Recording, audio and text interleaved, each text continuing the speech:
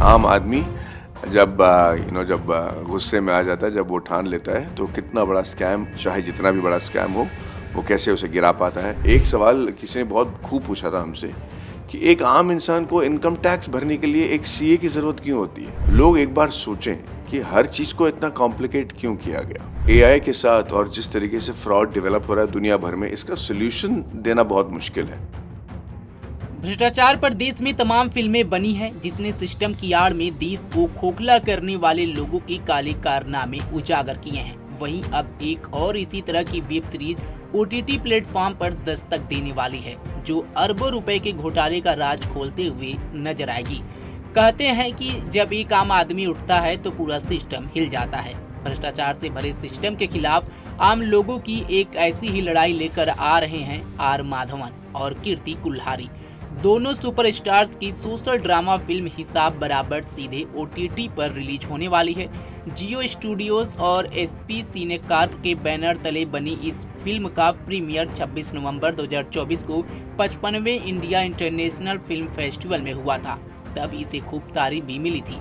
अश्विनी धीर के डायरेक्शन में बनी हिसाब बराबर सिर्फ एक सोशल ड्रामा नहीं है, बल्कि इसमें कॉमेडी भी है और मौजूदा सरकारी सिस्टम पर कटाक्ष भी है। यह एक साधारण आम आदमी की यात्रा है जो एक कारपोरेट बैंक के अरबों डॉलर के घोटाले का पर्दाफाश करता है और इसके लिए बहादुरी से लड़ता हुआ दिखाई देता है।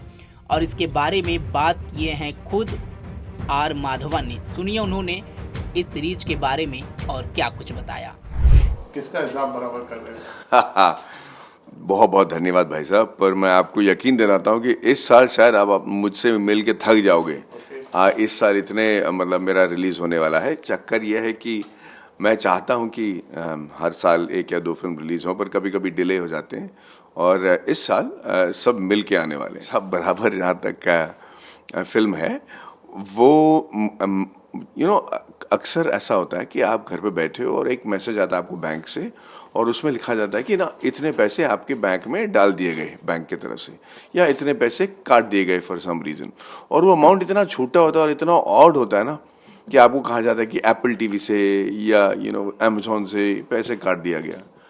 तो आपको लगता है कि यार ये इसके बारे में अभी हम बैंक को फ़ोन करके क्या पूछेंगे।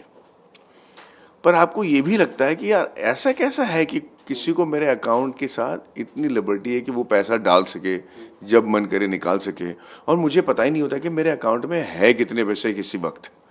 पहले तो पासबुक हुआ करता था, हमको पता था कि हमेशा हमारे अकाउंट में एग्जैक्टली कितना अमाउंट है। अब सब कुछ डिजिटल हो गया है, आप चेक करते दौरान ही अमाउंट चेंज हो जाता है। तो ये सब चीज़ों के बारे में जब मैं सोच रहा था तब मुझे ये सब्जेक्ट ऑफर हुई और इस घोटाले के बारे में बात किया गया। और मुझे लगा कि पूरे देश में आजकल इतने सारे अकाउंट्स खुल गए हैं, चाहे छोटे छोटे गांव में भी, तो वो लोग सारे इस कहानी से रिलेट कर पाएंगे।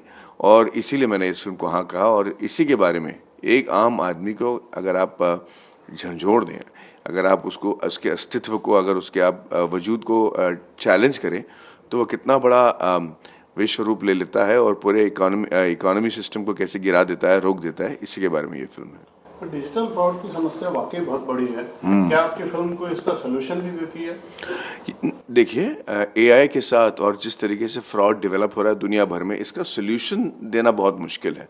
पर हम ज़रूर चाहते हैं कि लोग एक बार सोचें कि हर चीज़ को इतना कॉम्प्लिकेट क्यों किया गया। चाहे वो टैक्सेशन हो, चाहे वो फाइन्स भरना हो, चाहे इसे सिंपल नहीं क्यों किया गया। एक सवाल किसी ने बहुत खूब पूछा था हमसे कि एक आम इंसान को इनकम टैक्स भरने के लिए एक सीए की ज़रूरत क्यों होती है।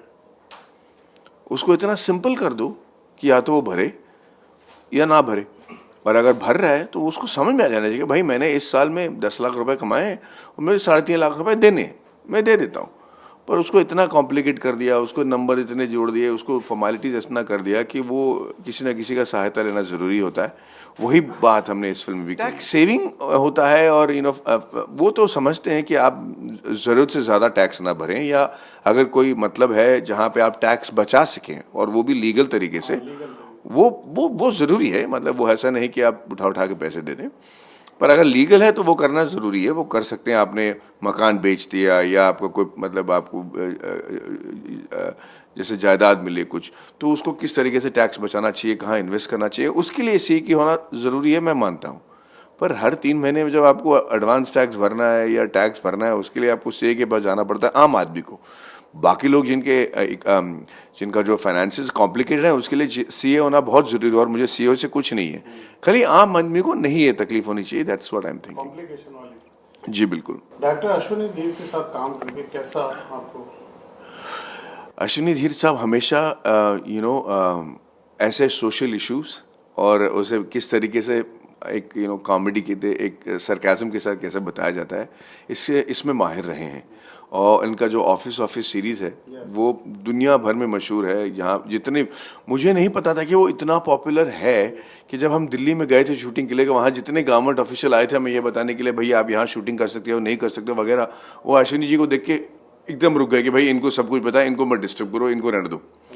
तो उनके साथ काम करके बहुत मज़ा आया। उनको सब्जेक्ट के बारे में पकड़ बहुत बढ़िया था, उनका डायलॉग लिखने का तरीका बहुत ही अनोखा और बहुत ही रेलेवेंट था, और मुझे लगता है कि उनका जो कनेक्ट है आम आदमी के साथ वो बहुत ही बढ़िया है। बहुत कमाल की फिल्में उन्होंने बनाई हैं, right from the last one which is son of Sardar, सारी फिल्में। और उसे देखकर ना मुझे लगता था कभी कि ये मेरे टाइप की स्टोरी टेलिंग समझ पाएंगे या नहीं, मैं जिस पेसिंग में कहना चाहता हूँ वो इसके साथ इनको भा जाएगा या नहीं। पर he was right up there, और हम चाहते हैं कि जो उनके साथ हादसा हुआ है उसके साथ जल्दी वो उससे बाहर निकलें और उनको शांति मिले, प्यार से फैमिली के साथ रह पाएँ। वरना I am missing him today a lot. आप हिसाब देखिए कि आम आदमी जब जब गुस्से में आ जाता है, जब वो ठान लेता है, तो कितना बड़ा स्कैम, चाहे जितना भी बड़ा स्कैम हो, वो कैसे उसे गिरा पाता है।